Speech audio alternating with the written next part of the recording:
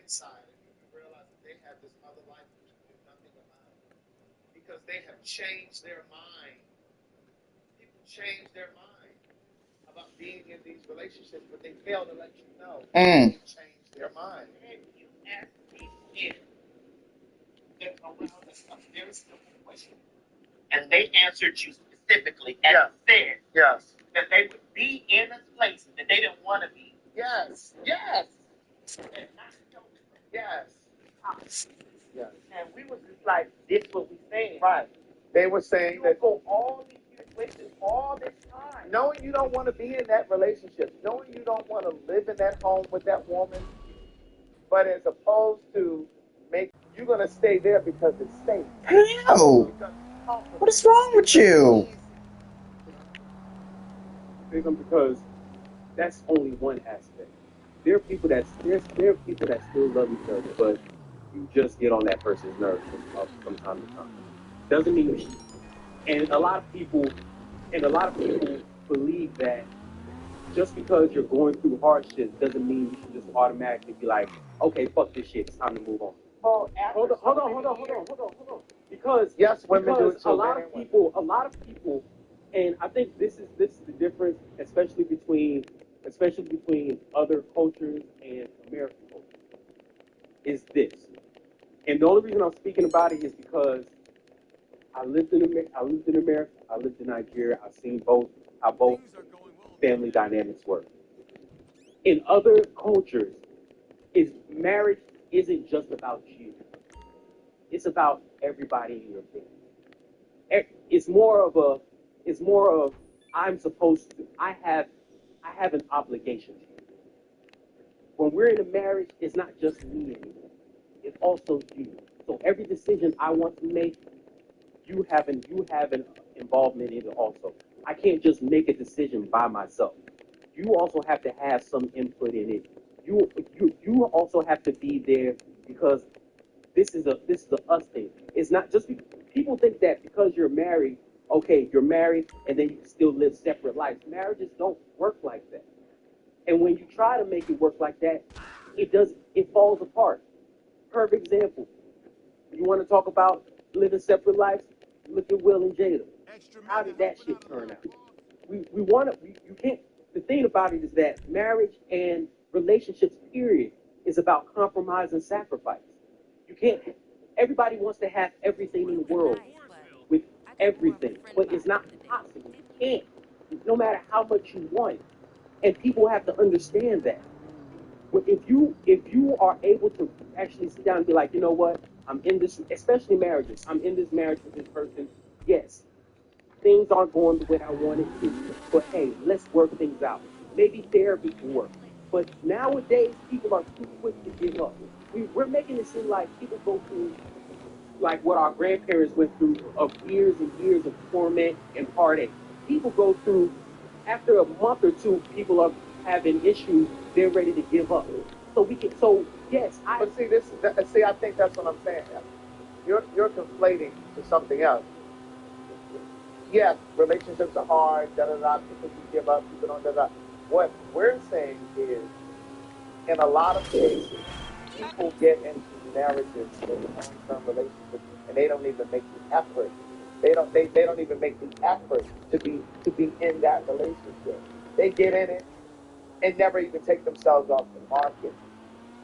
That's what we're talking about. We're talking about people who are in relationships and they've never even made the effort to be faithful and just. That's all I got for it. When the day comes that you no longer love me, don't lie and pretend that you do. That's it. And there are a lot of people who are playing charades. When the day comes that you no longer love me, don't lie and pretend that you do. And that's just it. And I'm not. But wait, how do you describe incels? I wanted to ask. Oh, people that are, they said, from what I've gathered, voluntary celibacy. Yeah, because they can't find someone to have sex with or be in a relationship. But then the other part of it is they become hateful and they start tearing down people or women because they right. Yeah, but I mean, what I'm saying is that I used to, especially online, I hear a lot of people say, "Oh, these people are incels. These people are this." So that's why I was saying, like, if you think that these people are really incels, what makes you think that these people are getting? But I mean, I'm not angry. Like, there's a difference between being passionate and being angry, and nobody hurt me. Like, I think as people, just just take people, just take people's opinion as it is. Just because someone is bringing up an opinion or bringing up an aspect on life doesn't mean something's been hurt or mean that they are agreeing or don't know what they're talking about. You see, and that's what we need to do. Just listen, and we're gonna do man on the street. Okay, we can do that. That's just what we're gonna do. I'm not aggressive. I'm just. We're just gonna do man on the street. I'm not gonna. Yeah. We're gonna do man on the street. We will. We're gonna do man on the street, and we're gonna talk about men and relationships. We're gonna talk to them, whatever. No, not just men. No, we're gonna do men on the street. We're gonna do women. We're gonna do women, but we're gonna definitely do, because see, here's the thing about it. I'm not saying that people don't do wrong. I'm not saying that niggas don't do wrong. What I'm saying is that the majority is the majority. Right. That's all I'm saying. And so, when you hear it from other men's perspective, and I'm not saying that you're not a gay man. You're probably that good man you're probably that good man that's single, that done chose all the other wrong bitches. Like we done chose the wrong bitch. My question is, where the good one? Right there.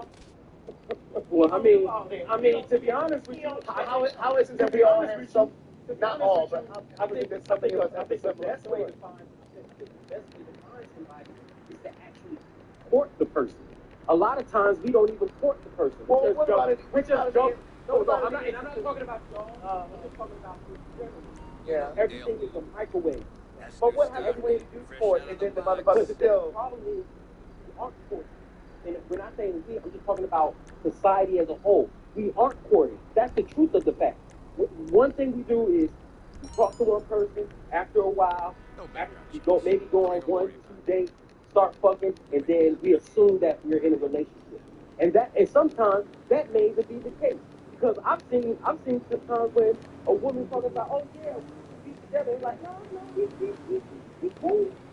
I'm telling you, if I say I'm together with somebody, I'm telling them, oh, we cool, because I don't know what's in that man's brain. Mm-hmm. Yeah. But a lot of times people don't even establish we're in a relationship. They just everybody in the relationship. You like that word.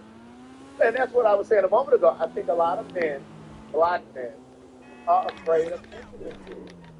Even conversation in the direction of longevity scares them. It's just like as soon as you start talking about planning and building and foresight, like down the line, it's like kryptonite. Well, I mean, I can say that men are. I agree with men being afraid of intimacy, but I would say that there's a lot of aspects to it, especially when it comes to the marriage thing. Like, I know men that don't want to get married legally because they're afraid that one day they might just want their partner might just want a divorce, and then boom, that's the end of it. Is it because the partner wants a divorce because she don't want to get found out that they've been out there? No, that's not the whole. That's not the case. But the truth is that's not the case. Oh, then he got me. How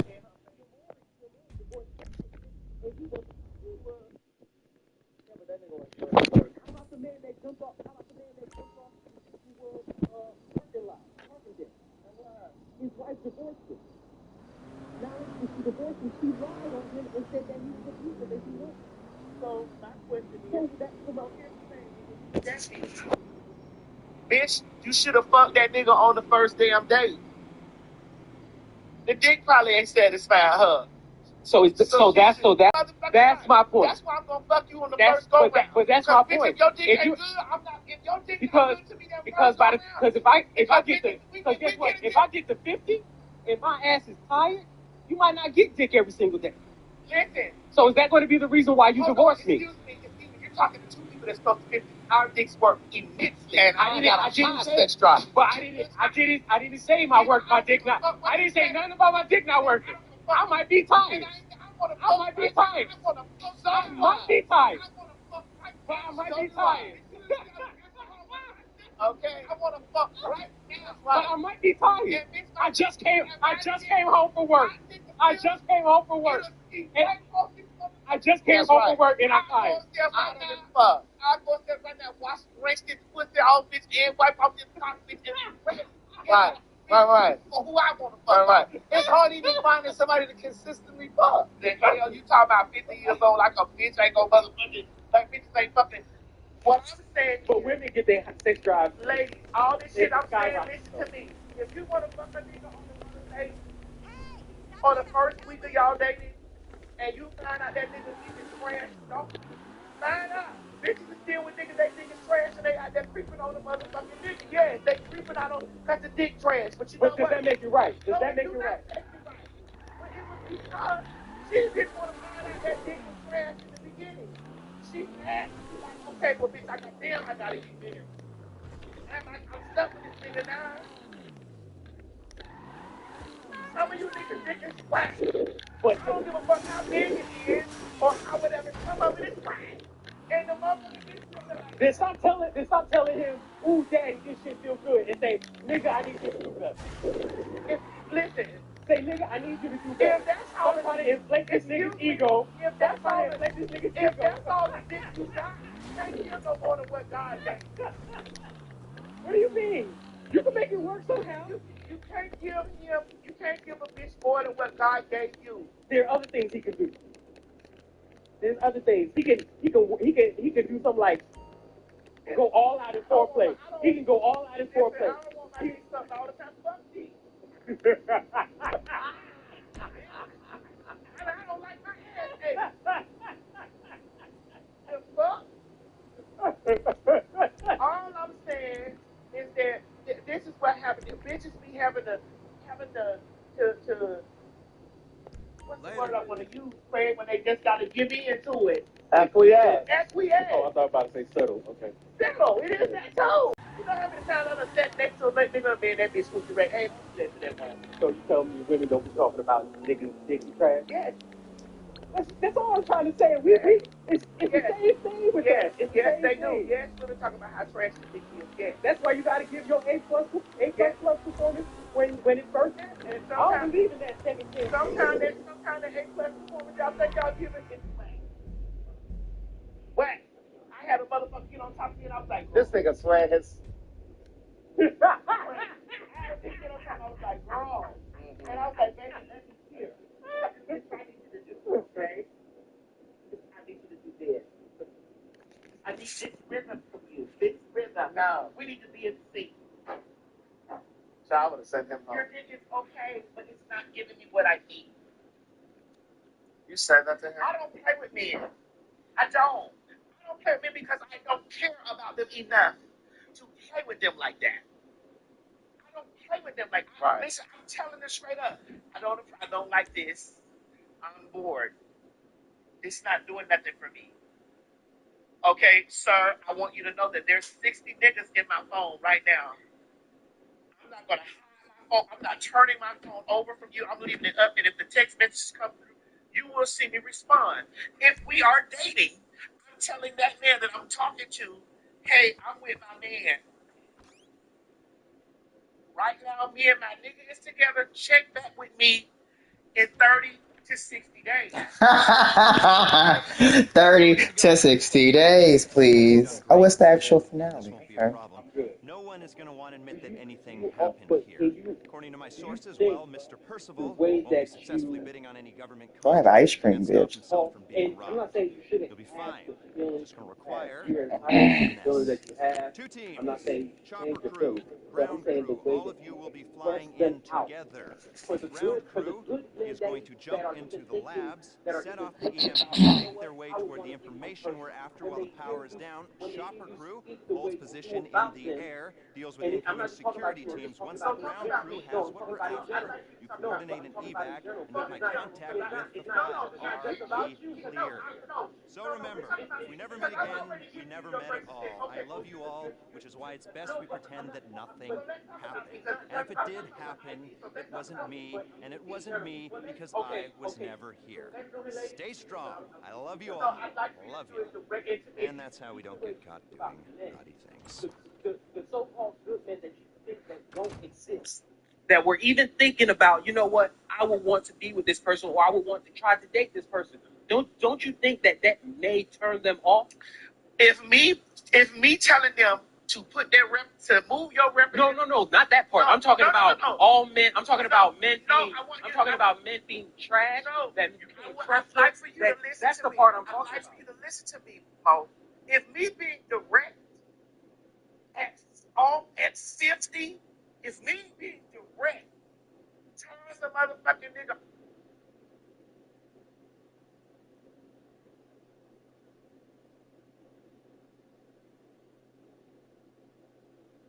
That's not. I don't want to be with that person.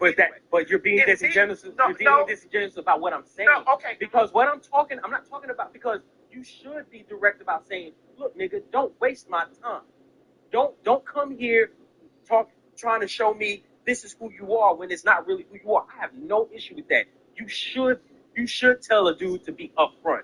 I'm talking about when people or women, gay men in general. I'm not a gay man. That's Craig. I know that I'm involved in Craig. Well, don't involve Craig. You're talking to me. I'm involved. You're talking to me right now. Well, I'm saying, like, when you're constantly saying things like men ain't shit, or men are dolls, or men are this, that, don't you think that the good ones that may want to approach you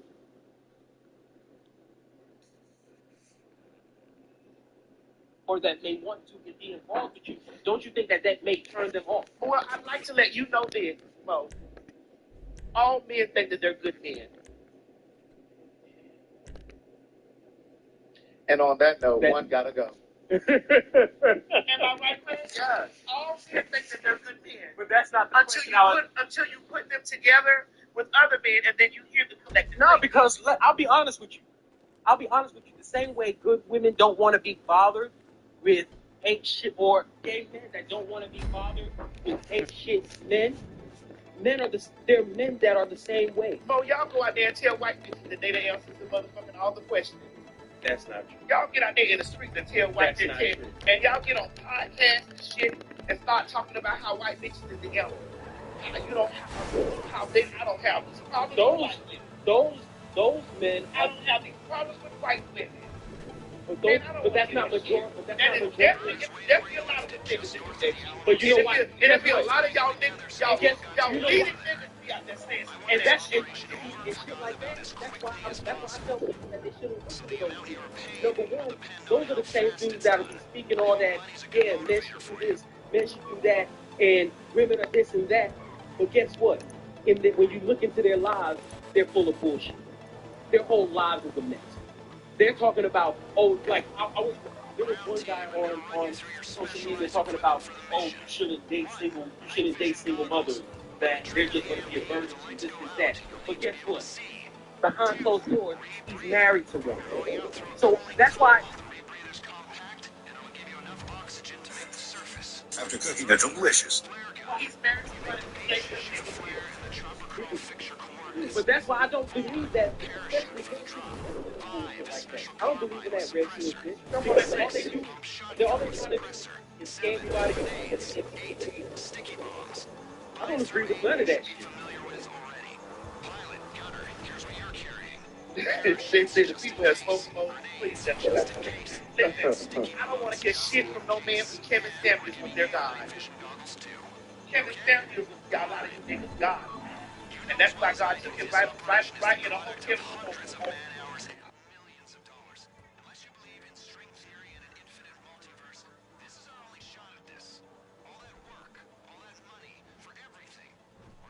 And he was on the lab.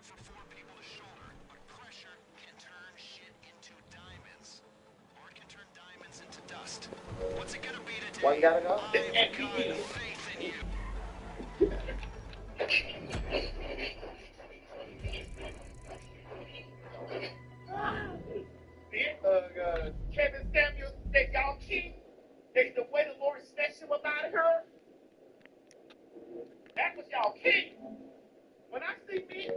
what makes me know a bad nigga when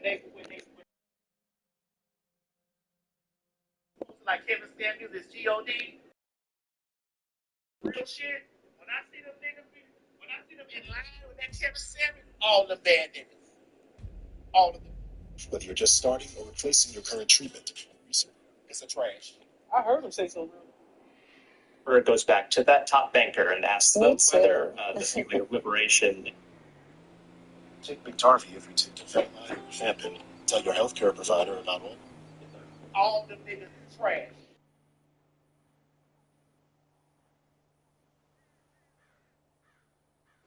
When he started talking about the whole thing with women. Yeah, absolutely. But when he was talking about men, right, he was saying some real shit. A dude called in on his show talking about, man, I can't get no women.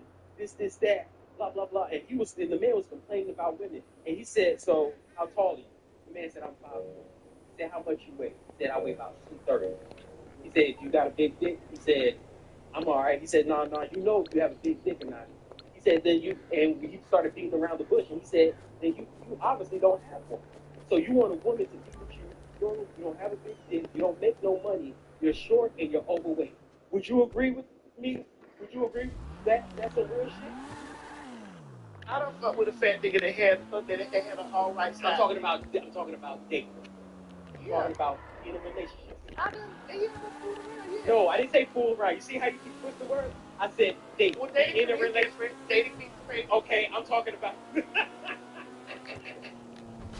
I'm talking about him being your boyfriend. Him being your boyfriend, man. Look me in the eyes and say, yeah. Yeah. Did they cheat? Of course. I don't believe you. You were just complaining if that dick is not good enough, you leave it. So then why would you be in the relationship with him then? One gotta go. Is ice in them? No what? Is there ice in them? Yeah, that's no ice. Yeah. So again, if them niggas is motherfucking, no, I want it. Yeah. If them niggas is pro Kevin Samuels, them niggas is trash. TRASH, trash. And so I just be like, girl. When I see them treat Kevin Samuels like God, I'm like, girl, nope. I got news for you. News Saturday on CNN. Well, I've got a question for you. Are President Trump's tariffs even legal? Well, that's the question of a new lawsuit that's asking that very question. It's the first major suit seeking to block Trump's tariffs by asserting presidents do not have the power to unilaterally impose tariffs. The new Civil Liberties Alliance, a conservative organization, is filing that very lawsuit on behalf Bitch, I have cookies, She bitch. is the owner of a Florida stationery company that imports its materials from China.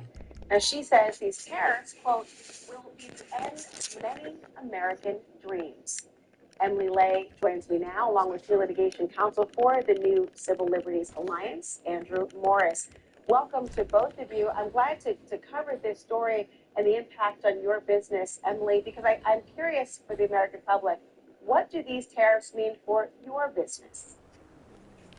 I will tell you that these tariffs for businesses like mine are absolutely catastrophic. I am facing either raising prices, cutting staff, or closing doors. The numbers that are involved here are quite significant. I think you paid more than, I think, $1 million or so for tariffs just in the last year or so, and you don't know with an incoming shipment what that would actually mean for the prices you would pay now. That's very true. The entire process has been so chaotic. With a small team of 9 women, all based here in America, we are doing our very best to stay on top of things, but which would be just absolutely devastating to the work that we do, the charitable contributions that we make, the people that we pay. It's really scary. Well, Andrew, on this front, I mean, you're challenging a law, a 1977 law that Trump is actually invoking to implement these very tariffs. It gives the president the authority to take emergency actions against what they call foreign threats. But you say that presidents cannot impose tariffs under this particular law. Explain why you believe so. That's right, Laura. These tariffs that are so devastating to Emily's business and so many other businesses, the president imposed by invoking this law, this 1977 emergency law, which does not authorize any tariffs at all.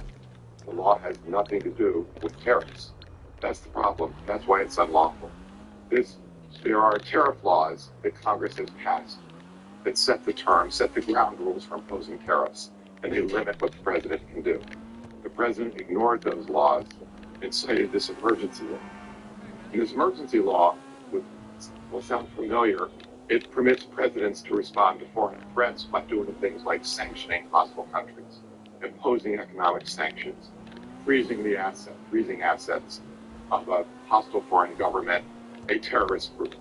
It does not authorize presidents to respond to foreign threats by imposing tariffs on the American people.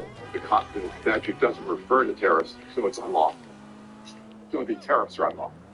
You know, Emily, I sort of vacillate between the legal arguments that, of course, Andrew is articulating, and then what's happening to business people across this country, small businesses to large-scale operations as well. And the president today, he actually suggested he could further escalate the trade war with China. And he threatens an additional 50% tariff.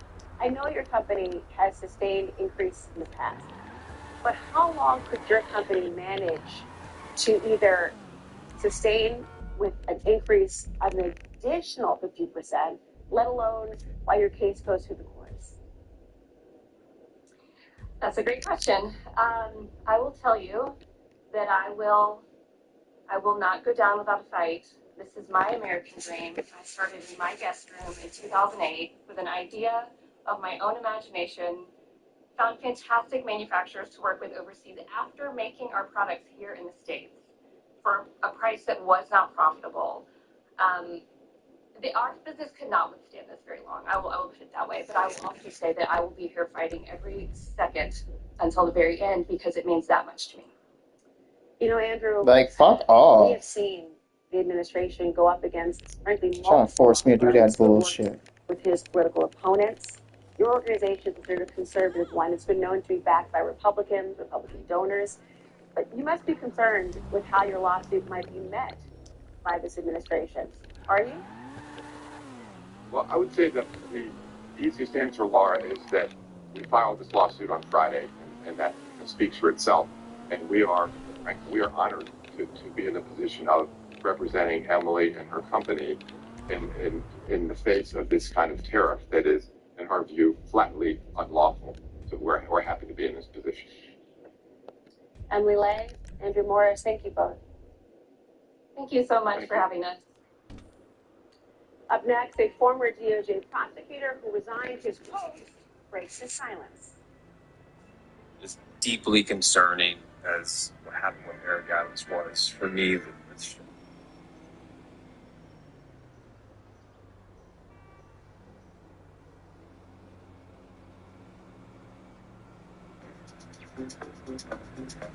Let's go. Hey, sweetie, you good? Someone stole my Old Spice antiperspirant. Now I'm smelling like. Hey, I'm going to be there for 7 days. So the first couple of days, I was going to be, basically her photographer. And so we took so many pictures and blah, blah, blah, blah, blah, blah, blah. And it was magical. She took so many amazing pictures, and yeah, it was great. So the problem with me. But anyway, all right, let's get to the subject. We done 40 minutes talking about losing shit. Devastating. But all right, so what I wanted to ask you. Bitch, I have biscuits, as they say in the UK, aka cookies. All right, so we wanted to talk about Handmaid's Tale. Who watches Handmaid's Tale? Like, are y'all caught up? Did y'all start watching it? Did y'all stop watching it? I know a lot of people stopped watching it because they was like, oh, this is too traumatizing. Oh, child, the life is traumatizing. At least we know this is fake. So I wanted to ask y'all.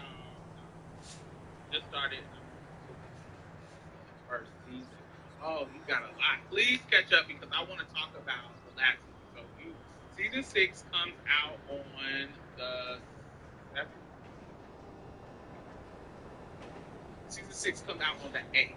So it's the final season of the whole show. So this is the end.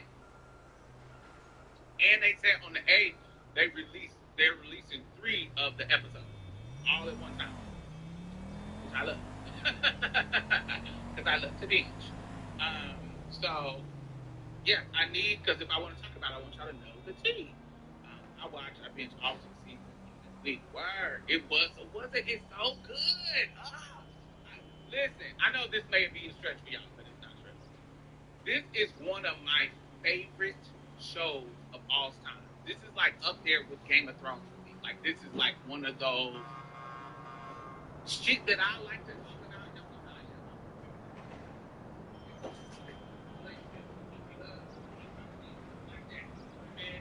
Shit like that. I want to talk about shit. I want to talk about that. So yeah. So who are y'all? Y'all had to create, and when I say I want y'all to tell me who are y'all top 3. You have top 3. Who are your it's below? So is it below Game of Thrones? I don't know. I don't want to say below. I can't have a below and a higher or lower for me because I like them for 2 very different reasons. Similar but 2 very different reasons. I really like both of them for different reasons. But if y'all had top 3, and they don't, and it's not favorite because you like them, but favorite because you like the character they play. Fuck no. 3 characters of the show. Not you. And I'm gonna give y'all my top 3, and I'm gonna kind of break them down. Why I like them as a character.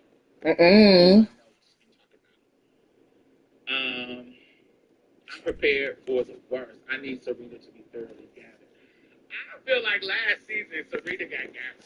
I feel like last season 5, she got gathered. Oh wow, it's 5 seasons already? I feel like more is gonna come. I need her to be wore out. But I feel like the gathering already happened, but I need the wear out to happen. I feel like Commander Lawrence gathering.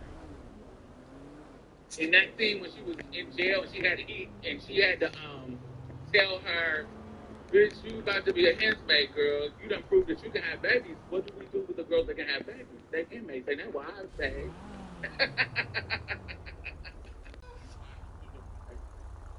Hold up. Did I not watch season 5?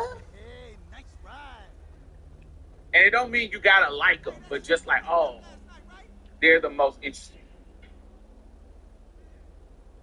Get the red cake ready, Serena. Right. Miss Thing said, I am not a handsmaid. And and Commander Lawrence was like, you don't see the irony. And then when June came to visit her and she was like, how did you survive me? She was like,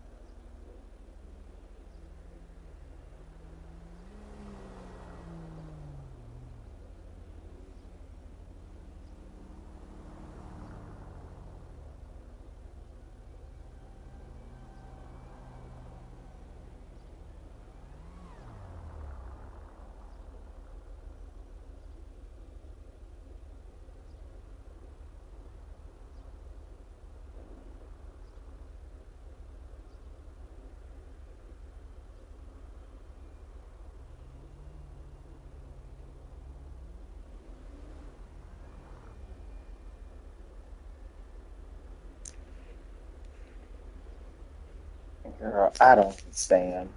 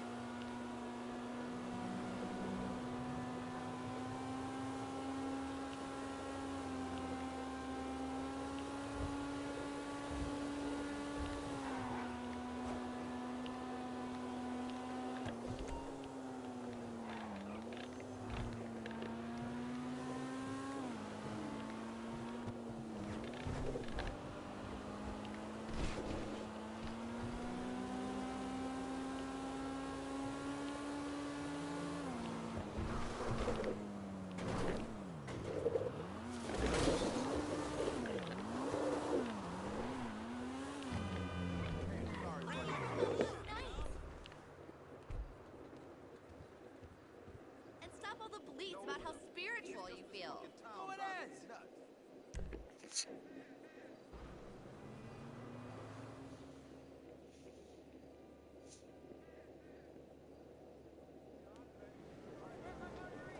Commitment to the rule of law was so sacrosanct. And I'm wondering what you've heard from your former fellow prosecutors who are still.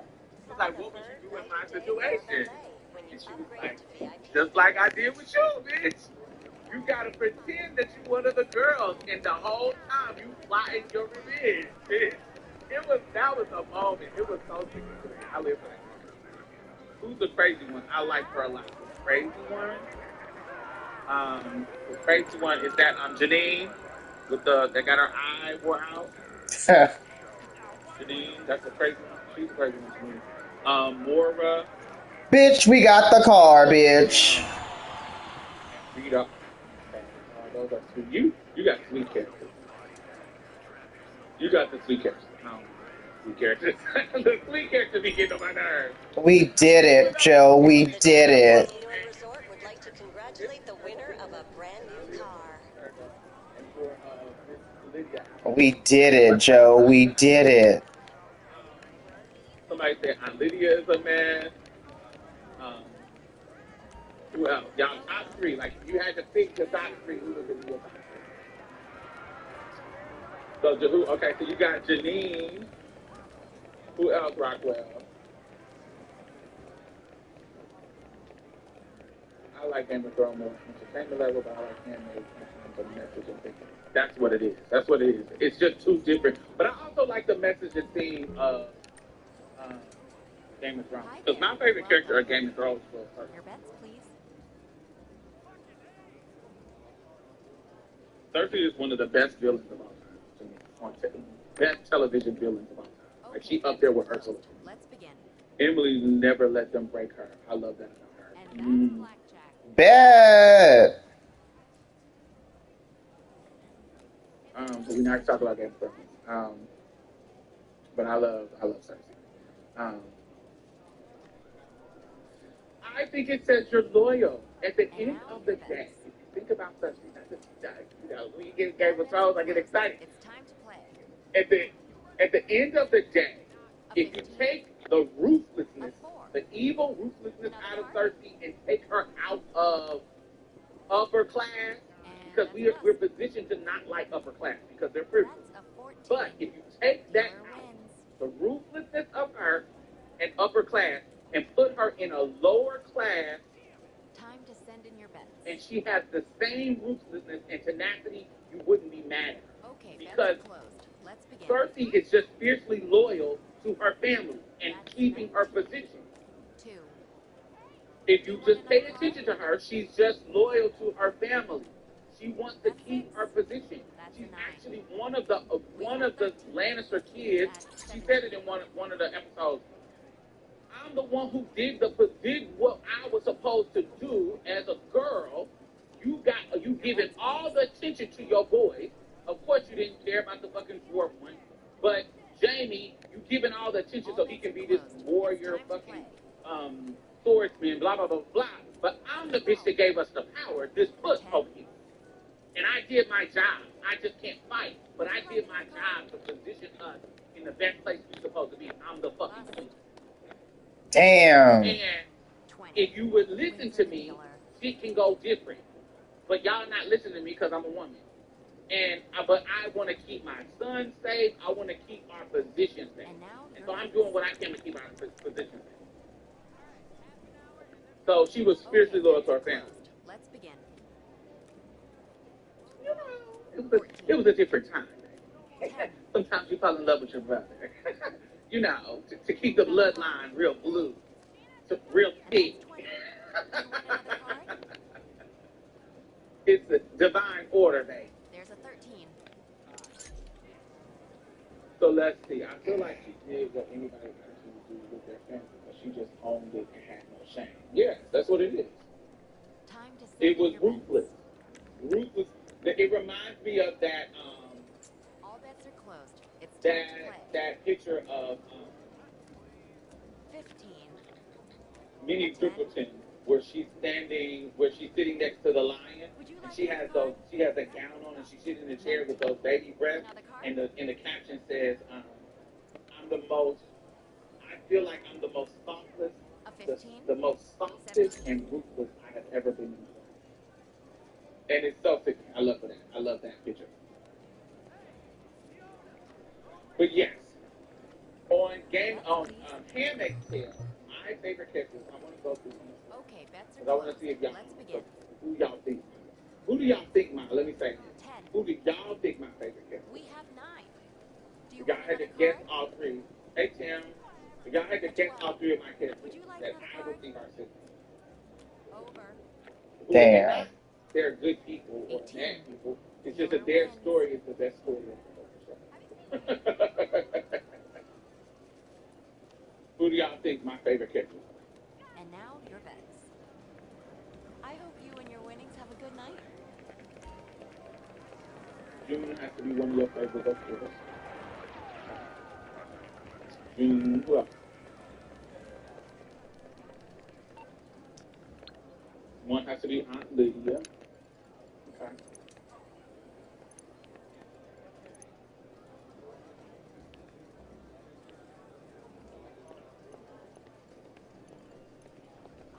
And don't narrow it down to just the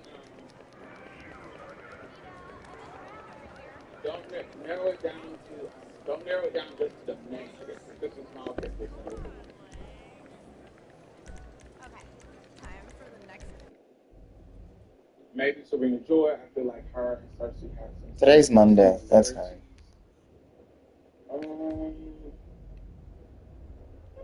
In villain, sure, but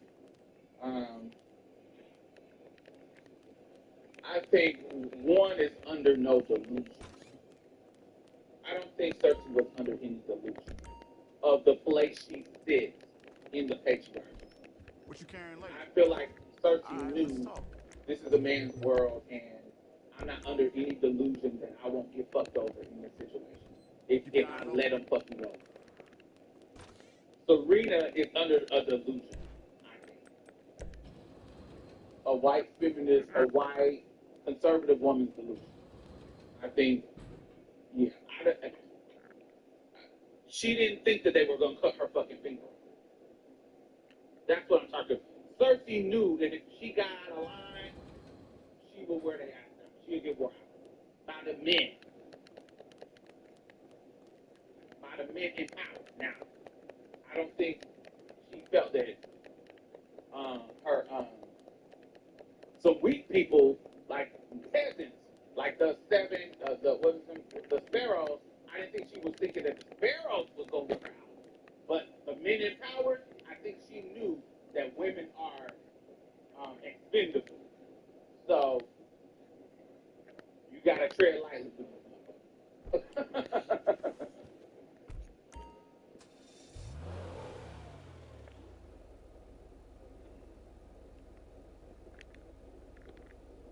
I never rooted for Serena after that moment when she screamed at June on the floor.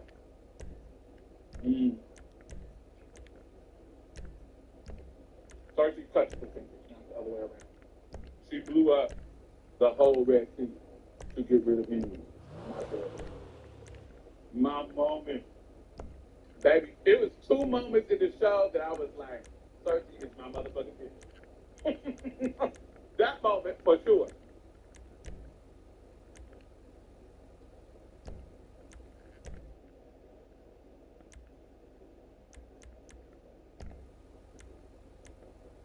Rest in peace, Marjorie, and rest in peace to that weak ass son.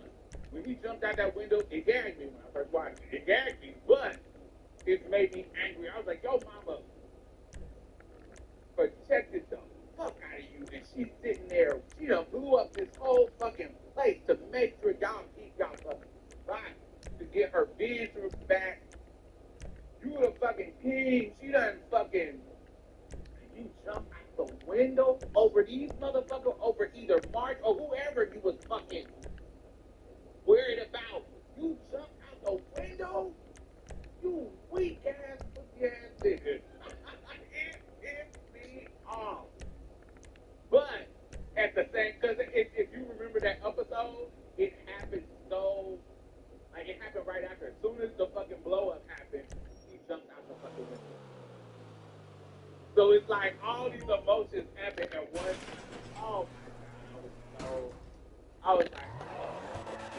stupid bitch. You stupid ass nigga. So now, the daughter that got killed,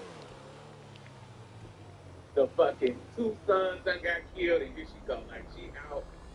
I wanna live, I live in yeah. Whatever. Hated it. And then the second moment that I was like, Cersei is a bad bitch. It was so sad, but that's getting that corner from it, because he was a weak ass bitch.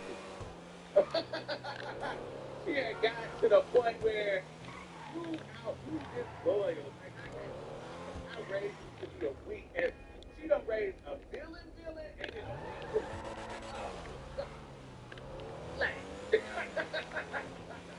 Nobody went up to that. I hated that shit. But another moment that was so sickening that I was like, you know, Cersei was that.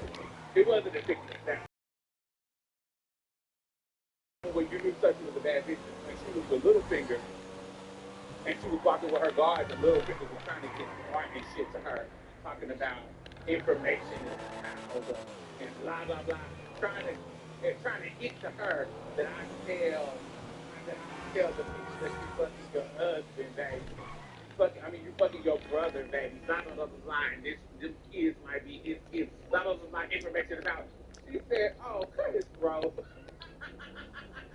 And they got him, they killed up. And he was like, wait.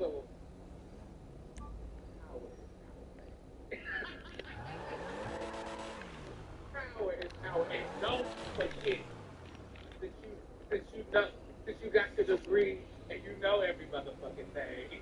Yo, yeah, Marlo, Sochi, one You more. got your degree and you know every motherfucking thing. Information is power. Let me give you some information. Power is power. Oh.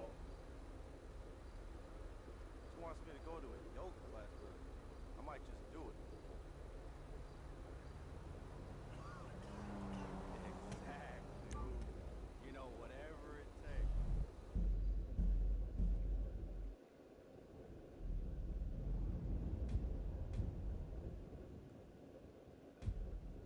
Girl, fuck no. Is killed in Gaza by an Israeli strike. A sound not heard in over 12,000 years. The de-extinction of the dial. Live from Atlanta, this is CNN Newsroom with John Bowles. Tariff at 6 Monday from the European Union, with offers to the US of 0% tariffs on industrialized goods, but also warnings of countermeasures. But President Donald Trump seemed to reject both, while also ruling out a pause in imposing his sweeping tariffs on almost every US trading partner. That seems to be a moment of clarification for many, that Donald Trump isn't using tariffs and Why? for better trade deals, but rather he really does want to rewire how the US and world economy actually works. The president has warned he's not backing down on tariffs, despite dire warnings of a possible global recession, as well as higher inflation, even though stock markets around the world continue to lose trillions of dollars in value. Right now, in Asia, the main markets are all up, green across the board there. This seems to be recovering some of the losses that occurred on Monday. There have been very big losses across Asia, Europe, and the United States. This comes after the Chinese Commerce Ministry says it firmly opposes the huge additional 50% tariff, which he says will be imposed on Chinese imports if Beijing refuses to take back a retaliatory 34% tariff imposed on the US last week. China says if the US insists on its own way, China will fight. Yeah. CNN's Christy Lee-Stout following all this live from Hong Kong. So we have this global trade war. Different countries are approaching this in a very different way. Some, like the Europeans, want negotiations, but warning of retaliation. Some are backing down completely. China seems ready for a fight. Yeah, you're right. China's holding firm, and China is not blinking. Latest comments coming out from the Chinese government earlier today, calling Trump's threatened 50% tariffs a, quote, mistake upon a mistake. And China says it will fight until the very end. This after on Monday, what we all witnessed, the U.S. President Donald Trump ratcheting up the global trade war even more, threatening a new 50% tariff on China if China does not remove its retaliatory 34% tariffs. And China is holding firm. We've been monitoring official response in China. You mentioned that release that came out earlier today from the China's Ministry of Commerce, and it struck a defiant tone, saying this, and let's bring it up for you, translated from the Chinese, quote, the U.S. threat to escalate tariffs on China is a mistake on top of a mistake, which once again exposes the blackmailing nature of the U.S. China will never accept it. If the U.S. insists on its own way, China will fight to the end, unquote. And the ministry in this statement also called for all tariff plans to be dropped and said that any disagreements should be resolved through dialogue. Now, earlier we heard from the Chinese spokesperson of the Chinese embassy in the United States, who offered a much more predictable, measured response using language that we've heard all along.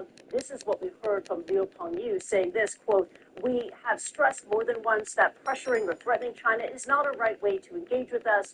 China will firmly safeguard its legitimate rights and interests, unquote. Now, meanwhile, markets here in Hong Kong, Shanghai, across Asia have been gathering in and taking stock of all the latest developments, and it's quite in contrast to the bloodbath that we saw on Monday. If you take a look at the latest market action right now, you will see all green arrows there on your screen, especially if you want to take a look at the Hang Seng now gaining, falling back 1.6% after losing a significant amount and trading deeper into the red yesterday. Now, as China is pushing back, other nations in Asia are pursuing a trade deal, or pursuing talks to get to some sort of a trade deal with U.S. President Donald Trump. With Japan, apparently, is the priority. That's what we heard from the U.S. Treasury Secretary, and President Donald Trump on Monday also reaffirmed that. He said that Japan will be sending over a trade delegation to talk tariffs, to talk trade, this as a result of his phone call with the Japanese Prime Minister on Monday. John, back to you. Chrissy, also just with regards to Japan, they're also threatening the United States with direct investment in the US. Japan being the biggest direct investor there. Is that something which the United States has actually responded to? What kind of impact could that have on the US economy? For the other Asian economies that are taking a different tack compared to China, which is openly retaliating, they're looking to see if they can call for a delay in the enforcement of the tariffs and also entice the United States with a pledge to buy more U.S. products. It's really interesting to see this contrast that has emerged here in Asia, with the heavyweight China being defiant, the other Asian economies calling for discussions, like India, like Indonesia, South Korea, Japan, the major economy that is Taiwan as well. Vietnam, though, is very interesting to note. It's also asking for talks to delay punishing tariffs that Trump has promised to send down its way. And Vietnam is also adding a sweetener, saying and pledging that it wants to buy U.S. products, namely defense and security products. Back to you, John. Everyone wants to make a deal, it seems. Maybe even China a little bit, but they're on the warpath. Okay, Chrissy, thank you. Chrissy Live for us in Hong Kong. Wall Street closed mixed Monday after an extremely volatile day of trading. Here's a look at US futures. We can see it's green across the board there right now. More details out from CNN's Elena Tree. We have some new reporting about some of the behind-the-scenes conversations that are taking place as this tariff turmoil continues to roil global markets. We're learning now that shortly after those tariffs went into effect starting Saturday morning, the president's Treasury Secretary, Scott Bessent, actually flew to Mar-a-Lago to deliver a message to President Donald Trump. That message was that his team needs to get on the same page, be more unified in how they are explaining these tariffs to the American people, but also to more clearly explain what the end game is. And essentially, that is better trade deals with other countries. Now, I've had multiple conversations today with Trump administration officials, White House officials, and they tell me that the president is willing to negotiate. He does want to make deals with other countries. However, a part of that is really trying to milk these other countries for what they're worth and what they're anticipating. And already we've seen this, and White House officials are saying, 70 countries at this point have come to the White House, have been speaking with Trump administration officials about wanting to open broader talks on how to find an off-ramp to these tariffs. Now, I think one thing that has been clear in my conversations as well is that there is definitely some mixed messaging. On one hand, you have people like Peter Navarro, one of the president's trade advisors, saying that these tariffs are not a negotiation. And then you have people like Bessent and others who are saying that the president is going to be negotiating. We heard from the president himself today in the Oval Office saying that he wants to have a negotiation with Japan, that he spoke with the prime minister Monday morning, and that they are going to continue those talks. He called them high-level talks. But all to say, behind the scenes as well, some officials really do believe that they need to get some sort of wins on the board. They need to show the American public that there's, it's worth being patient on this. They need to get them to buy in to this tariff plan, particularly, of course, if we're seeing the markets continue to be scattered, people's 401ks shrinking, a lot of concerns about what is happening to people's wallets. That is the message from the White House. All to say, though, no one that I've spoken with here believes that these tariffs are going, or these tariff deals or negotiations could be finished and wrapped up in the near future. They do believe that it's going to take some time for them to work out really what is the president's ultimate goal. And so his top priority here is what he believes is erasing the deficits that America has with other countries. And that does really mean breaking the way that we've done for 70 or so years and rebuilding it in Donald Trump. Well, he is the senior director of the Atlantic Council's Geoeconomic Center. He's also worked as an advisor at the International Monetary Fund. Thank you for being with us. Thanks for having me. And so the head of the European Union is one of dozens of world leaders now wanting to negotiate a new trade deal with the US. It is. We stand ready to negotiate with the United States. Indeed, we have offered 0 tariffs for industrial goods, as we have successfully done with many other trading partners. Because Europe is always ready for a good deal, so we keep it on the table. Yes, tariffs as a policy tool to force negotiations may be belligerent, a bit like holding a loaded gun to someone's head, but at least in this case, it does seem to be working. Well, it does seem to be working, but I'm not sure that's actually the president's goal here. In the first term, he was certainly interested in tariffs as a negotiating tool.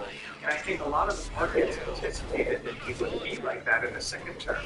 But what's missed right now, and I think markets are waking up to, which is why you've seen reaction over the past week, is that he's using tariff as tariffs, meaning to raise revenue and actually try to restore manufacturing domestically. And that means no matter what's offered, whether it's dropping other tariff barriers, it doesn't actually meet the administration's goal, which is to generate revenue, which offsets some of the budgetary plans and tax cuts they have planned later in the year. So I think there's a disconnect here, and that's probably why you saw him in the early office today actually reject President von der Leyen's offer. There's miscommunication happening all over the world and confusion about what the White House actually wants.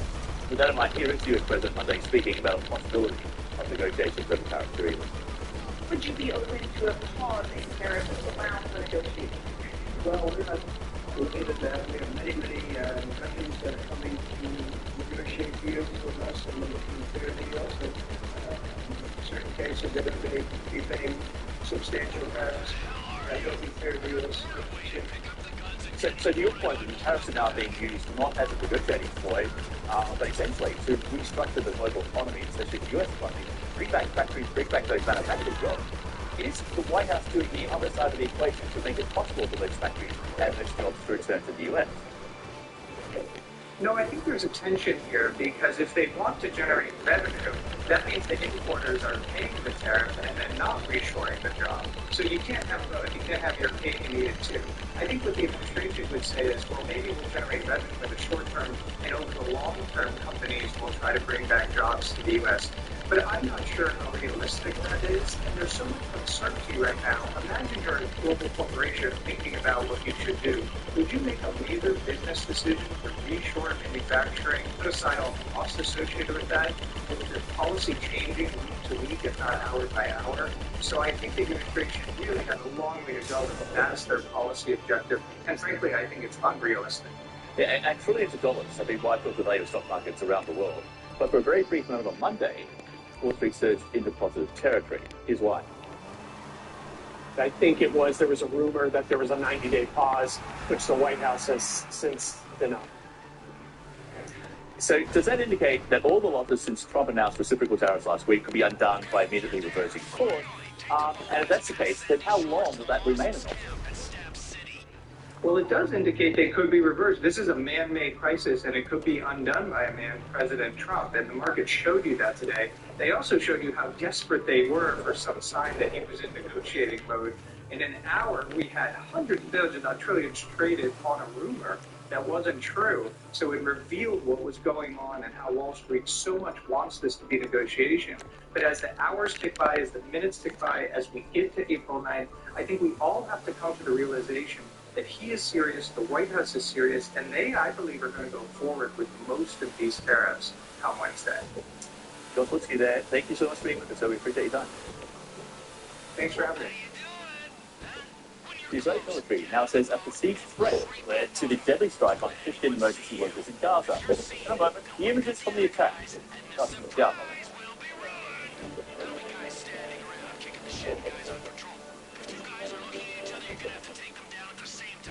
Nothing is handed to you in the wheelchair. I want to have Women's Football Girl. To show women who can be involved in all aspects of the game. Today, supporting the Women's World Cup. I want to see more women playing. And more involved women there. Because when we raise the bar, we inspire the future.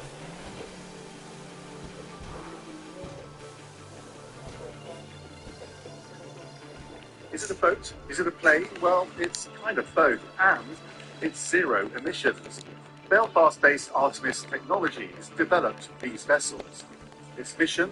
To decarbonise maritime transport. In terms of people transportation, there's a lot of opportunity with this technology to think about using our waterways as well. It uses an underwater wing that lifts the boat's hull out of water, drastically reducing drag. Powered by an electric battery, these vessels are vastly more efficient than conventional diesel-powered boats. We are the only solution worldwide in high-speed maritime that you can both practically and economically decarbonise your operations. You can see it's pretty choppy out there. There's some wind, but completely steady on ship. There is a sense of being in flight as well. It's pretty bizarre. Are you sitting right now? It could be harming your health. Back pain, stress, and serious health risks can build up from sitting too long. But motion changes everything. Yours fine, as it helps improve posture, relieve back pain, boost circulation, and release endorphins for your overall well-being, no matter where you are. Lightweight, portable, and covered in memory foam, Ready Rocker instantly transforms any chair or space into a healthier sitting experience. Sitting too long isn't just uncomfortable, it's unhealthy.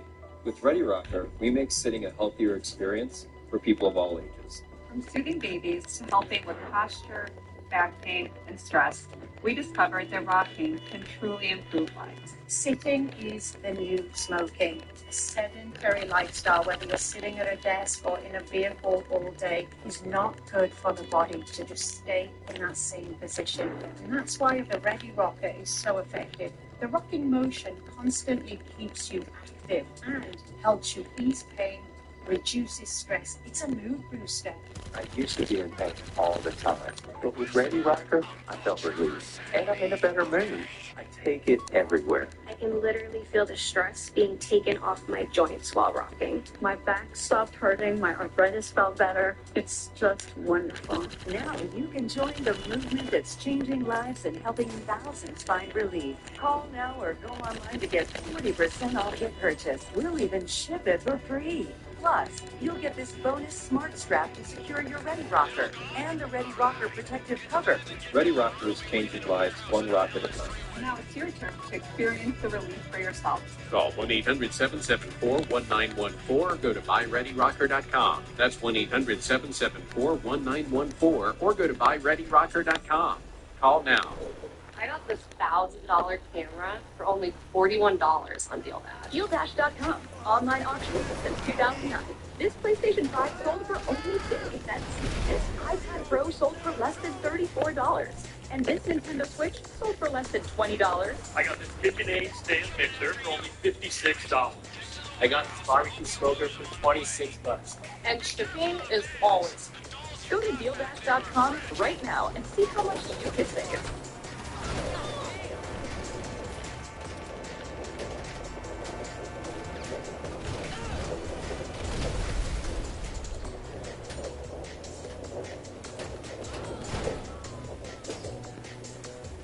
I'm Judith Wise in London, and this is CNN.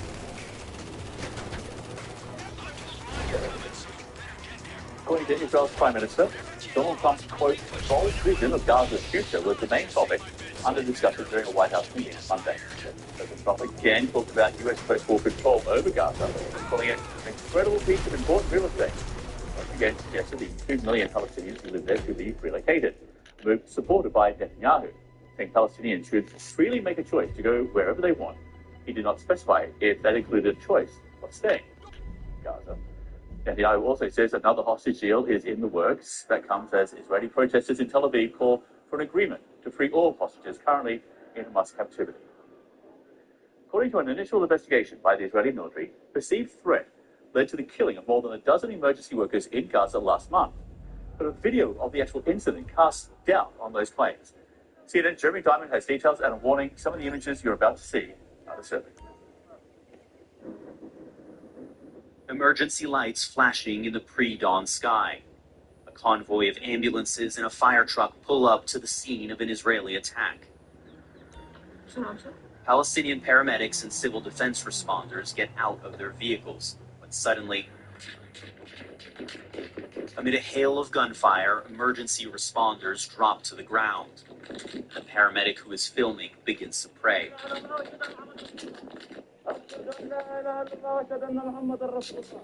It is the single deadliest attack on emergency responders in Gaza during the war, killing 15. The Israeli military says it is re-examining the incident after this video debunked their claim that the ambulances were advancing suspiciously and without emergency lights. Now, new testimony from a survivor further undermining the Israeli military's narrative. Paramedic Munther Abed says Israeli troops didn't just open fire on one ambulance convoy. About an hour earlier, his ambulance was also attacked. They opened fire directly on us in the vehicle, Munther says. I survived by lying down in the back of the vehicle. If I had stood up, I would have been killed. He listened as two of his colleagues, Mustafa Khafaja and Ezzedine Sha'ath, drew their last breaths. Israeli troops then detained Munther. The Israeli military has described that first attack as targeting a Hamas vehicle, killing 2 Hamas members and detaining a third. Israeli military officials said they were not uniformed paramedics. But Munther says they were driving a well-lit ambulance and were wearing their uniforms. As Israeli troops questioned Munther, other medics were dispatched to look for him. The Palestine Red Crescent Society says this is Munther's ambulance, lights extinguished after coming under fire. Comment from the Israeli military. Munther saw the convoy arrive. I was lying face down and a soldier had an M16 rifle pressed against my back, with my face turned toward the street. In the street, there were civil defense vehicles, fire trucks, and ambulances parked nearby. They opened fire directly on them. The Israeli military buried the bodies in this shallow grave. They say it was to prevent the bodies from being scavenged. The UN only reached the site a week later. Paramedic Hassan Hosni nearly ended up in that grave, but he called in sick that day. His son Mohammed took his place. He soon called him one last time. Help me, Dad, help me. I asked him what was wrong, and he said, we were targeted by the Israelis, and they are now shooting at us directly. Then the call disconnected. Jeremy Diamond, CNN, Jerusalem.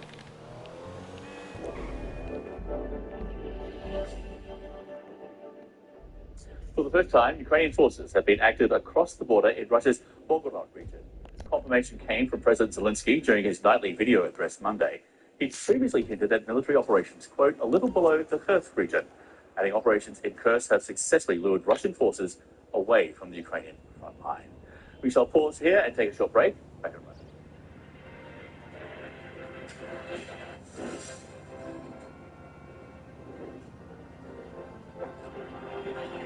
Visionaries in association with Hyundai. How do you keep being inspired and evolving? Where do you learn from? Well, I have to seek that, and job change, it helps with that. And I feel like I've gone into a situation now with an executive coach that's been really, really helpful, pushed me quite a lot in areas I've wanted to develop. Do you enjoy that? Love it. Do you? Absolutely love it, yeah. I like being called out on things. I like feedback. I like being told where I can improve. I was working through this yesterday. In order for me to perform, I need to be at my stretch point. I don't do well in comfort. Comfort for me doesn't bring the best out of me. Stretching does. Freedom. Just I need to relax and then I stretch. Relax, stretch. That's how I work. I think knowing yourself is really, really essential to that. Nothing is handed to you in the women's game. I want to help women's football grow. To show women can be involved in all aspects of the game. With Vidya supporting the Women's World Cup, I hope to see more women playing and more young girls dreaming big. Because when we raise the bar, we inspire the future. Do you have a box of videotapes, film reels, or photos that are degrading? Legacy Box professionally converts them to DVDs, thumb drive, or the cloud. Legacy Box is simple and safe, with over 1 million satisfied customers. Visit legacybox.com. I'm going to let you in on a little secret. Happiness could lead to living longer. You want to know how? On my podcast, Chasing Life, I'm uncovering the secrets of people around the world who are living happy, healthy, extraordinary lives. Hear how they do it and the science behind why it works. Join me as I reveal their secrets and discover how we can chase life together. Listen to Chasing Life with me, Dr. Sanjay Gupta, wherever you get your podcasts. Caitlin Collins is your DC source, bringing you unprecedented access to the White House. We're live from the center of the political universe, Capitol Hill. My Democratic source tonight is Massachusetts Senator Elizabeth Warren. If you don't get what you need from Congress, can you achieve what you're trying to achieve? And beyond. We're live on the ground in Israel tonight about the Gazans leaving. Where exactly are you suggesting that they should go? Follow Caitlin for in-depth political coverage and analysis, and watch her on The Source tonight on CNN. I'm Mike Valerio in Seoul, South Korea, and this is CNN. What does it mean to be out front? It's going there. We are just about 3 miles from the Gaza border. It's context and curiosity, so you can be out front too. Let's go out front. Aaron Burnett Out Front, tonight on CNN. Grief isn't talked about much, but that's what my podcast is all about. Join me and my guests for a new season. Review conversations about loss, life, and love. All There Is with Anderson Cooper. Listen wherever you get your podcasts.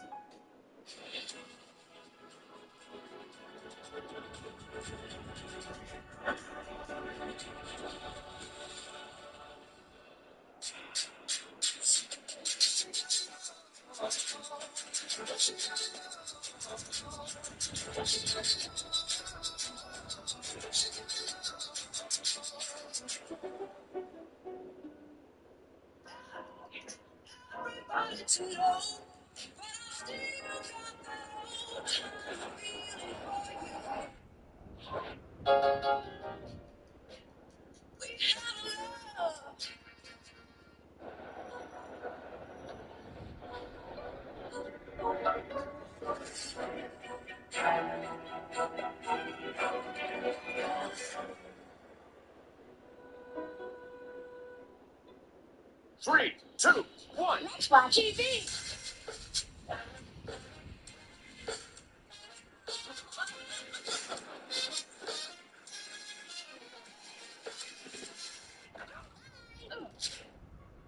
I'm Hyper Gottman in Havana.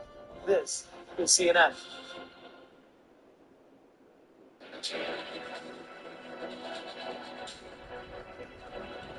Welcome back, everyone. I'm John Bors. Let's take a look at the day's top stories. President Donald Trump says Monday direct talks are underway between the US and Iran over Tehran's nuclear program. During his meeting with the Israeli Prime Minister, Donald Trump says US officials are expected to sit down with their Iranian counterparts in a, quote, very big meeting that would take place in Oman Saturday. China is warning of a fight to the end if the Trump administration follows through with an extra 50% tariff on Chinese imports, unless China drops the tariffs it slapped on US goods last week. Chinese Commerce Ministry slammed what it calls unilateral bullying and blackmailing nature of the United States. Donald Trump's trade advisors insist the markets are, quote, finding the bottom now and the US will avoid a recession. Peter Navarro's analysis is in stark contrast to most industry experts who warn that Trump tariffs will likely raise prices across the board and push the global economy into a recession. Another day of wild swings and losses for US markets Monday, opening in bear territory, officially down 20% from recent highs. CNN's Matt Egan with more now on the impact of this volatility and what it means for the US and what the US has learned about previous bear markets.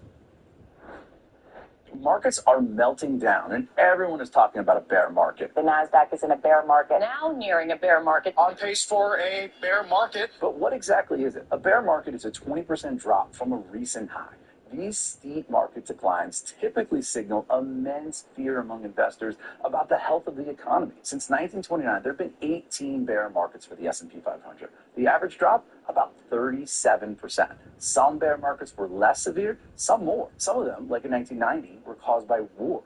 Others were fueled by the bursting of asset bubbles, like in 2000. The internet mania was a giant bubble. Toxic mortgages were to blame for the 2008 meltdown. A breathtaking plunge for stock markets. The Dow drops by 800 points. And a deadly virus crashed markets in 2020. This time, it's self-inflicted. President Trump's trade war has freaked out investors around the world, causing enormous losses in rapid fashion.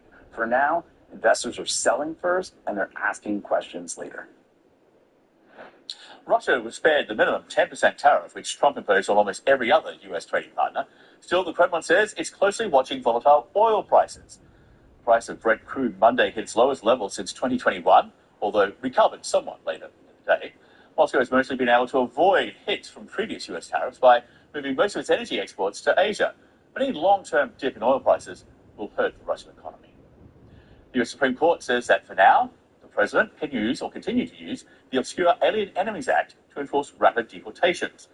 The court's justices openly dissented to the unsigned decision, as well as Justice Amy Coney Barrett, who partially dissented. President Trump and his cabinet were quick to applaud the ruling, though it's only temporary while the matter is litigated in lower courts.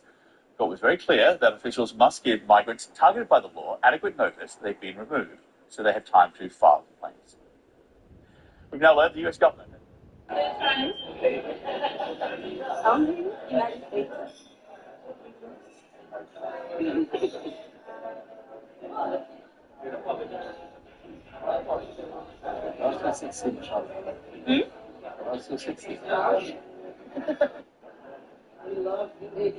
What's your name?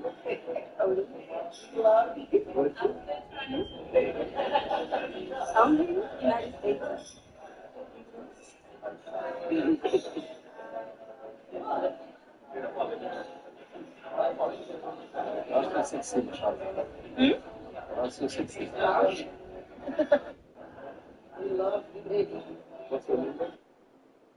Of 8 more international students. That's adding to the dozens who've had their visas revoked so far by the Trump administration. At least 15 of those students are all recent graduates of the University of California system and Stanford University. Kunal Barnard with CNN affiliate KTO has details. Fear and concern on the UC Berkeley campus, the birthplace of the free speech movement. It's just very, very scary overall. Cal undergrad Trini Ravindran is worried for friends who are international students. The university says this week 6 Berkeley students had their F-1 visas revoked by the Department of Homeland Security and were told to leave the country. It's believed some students may have been targeted for their political activism involving pro-Palestinian demonstrations. Sadly ironic that that has happened here, that people have been silenced for speaking out and have been literally sent back to where they're from for just expressing their rights. The university telling ABC 7 News Berkeley's international office has been providing international students and others with guidance and information regarding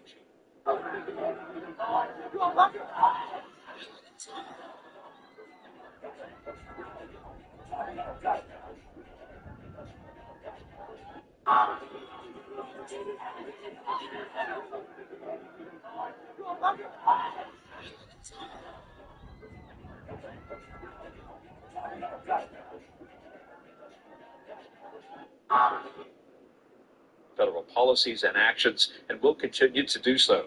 Campus officials are committed to doing what they can to support all members of our community as they exercise their rights under the law. It is upsetting. It is sad that the students that have an American dream and study abroad, and they're not able to do that anymore.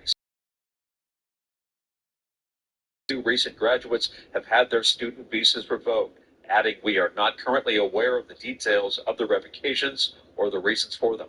And at UC Davis, campus officials announced Saturday the federal government has terminated F-1 visas for a dozen international students and recent graduates. The Trump administration has made clear that it will target students based on their First Amendment protected activity. The Council on Islamic Relations Bay Area condemning the student visas being pulled. We are continuing to investigate the situation. We are in touch with student groups and other legal groups in hopes of advocating for and protecting these students who are being unduly targeted.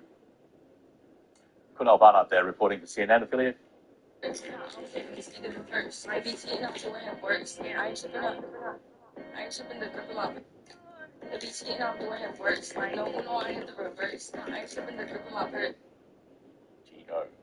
We'll call it Jurassic Kennel, perhaps. Scientists say they brought the direwolf back from extinction 12,000 years after they were extinct. How the species was resurrected, that's next. Are you sitting right now? It could be harming your health. Back pain, stress, and serious health risks can build up from sitting too long. But motion changes everything. Well, Ready Rocker with its patented Rock Perfect design that supports your spine as it helps improve posture, relieve back pain, boost circulation, and release endorphins for your overall well-being, no matter where you are. Lightweight, portable, and covered in memory foam, Ready Rocker instantly transforms any chair or space into a healthier sitting experience. Sitting too long isn't just uncomfortable, it's unhealthy.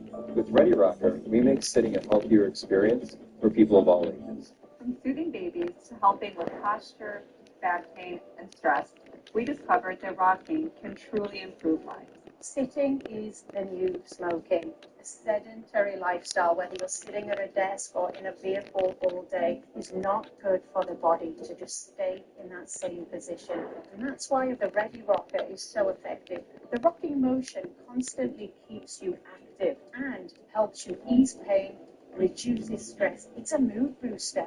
I used to be in pain all the time, but with